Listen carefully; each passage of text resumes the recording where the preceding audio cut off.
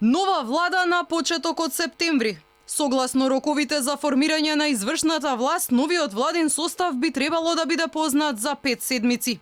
Председателот на Собранието Талат Џафери веќе го потпише решението за свикување на првата конститутивна седница на парламентот. Таа ќе се одржи на 4 август, точно напладне, и тоа според строгите протоколи за заштита од коронавирусот кои ги предложи Комисијата за заразни болести. По формирањето на парламентот почнуваат да течат и роковите за формирање на владата.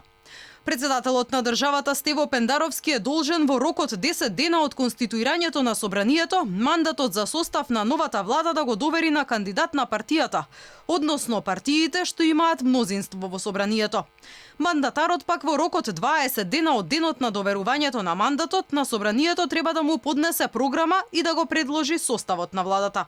Владата на предлог на мандатарот и врз основа на програмата ја избира парламентот со мнозинство гласови од вкупниот број пратеници. Најмногу пратеници во 10-тиот собраниски состав има коалицијата Можеме предводена од СДСМ 46.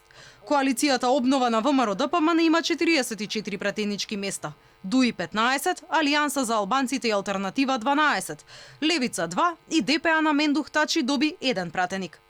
Уставот предвидува мандат за формирање на нова влада да добие тој што може да обезбеди парламентарно мнозинство, односно најмалку 61 пратеник.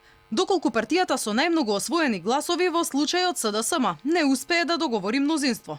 Мандатот во тој случај треба да се довери на второрангираната партија според бројот на освоени мандати.